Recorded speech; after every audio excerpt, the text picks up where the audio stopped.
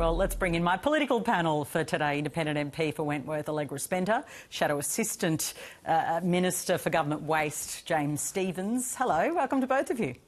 Thanks, Patricia. Good to be with you. Now, James, I spoke with Minister Ed Husic before. He described the American decision in relation to not giving us an exemption as a dog act. Is that what it is? Well, it's extremely disappointing, and obviously, being from South Australia, it's particularly acutely felt here in Adelaide because we've got a steelworks out at Whyalla that is in a very precarious situation, and any bad news for our steel exports obviously puts a bit of a lump in your throat about what the future might be for that plant and the thousands of people employed there. So obviously we're hoping for the best as far as Whyalla is concerned, and obviously we hope that the US administration will reconsider what they've done here. But I'm just very worried about the ability of our government to communicate with the US administration and whether or not we're missing out on the best interests of our country being served right now, given we can't even seem to get a phone call between our Prime Minister and the President. Well, I'll put that to you, Allegra. Obviously, that's been part of the story today.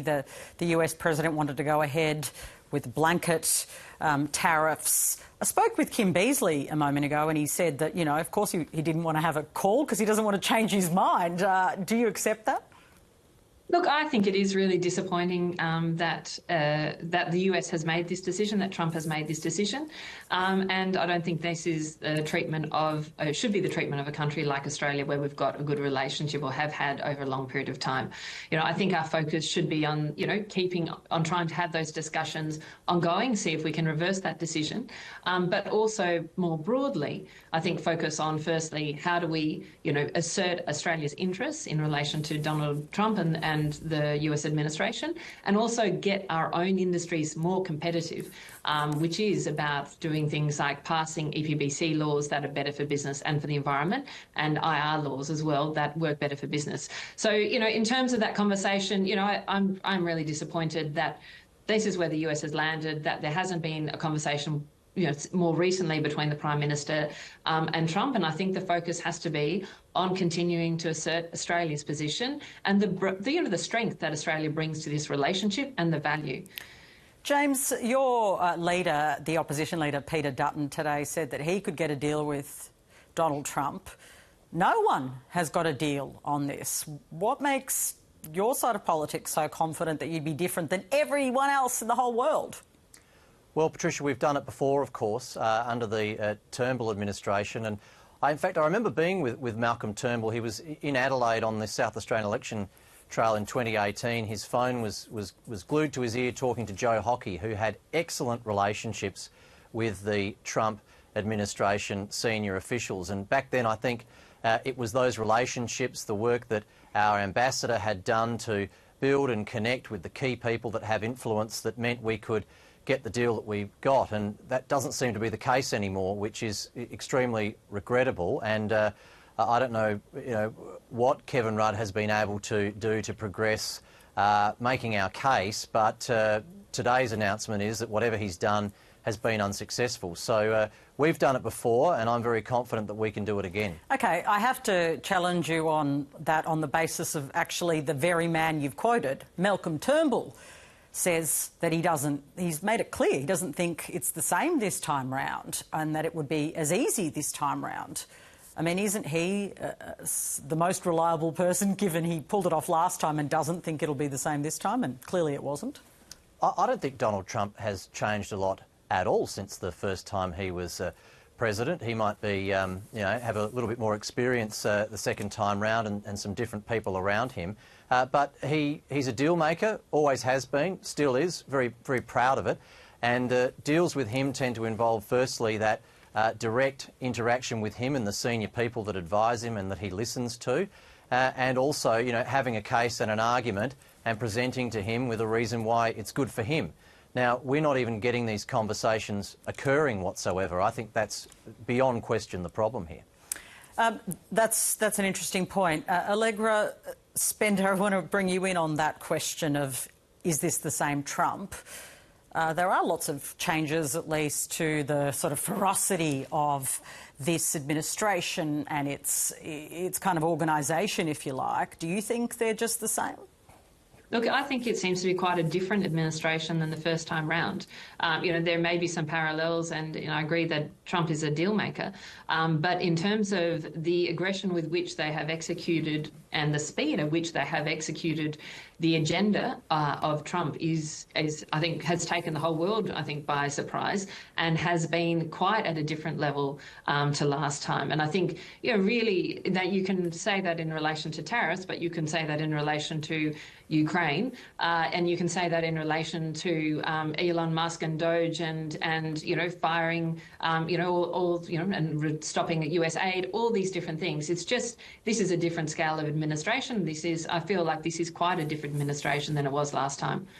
In terms of a deal, Stephen Hamilton, who's an economist, has said today, I can confidently say that the price we would have to pay to avoid having to find alternative buyers for just 0.13% of our exports would simply not be worth paying.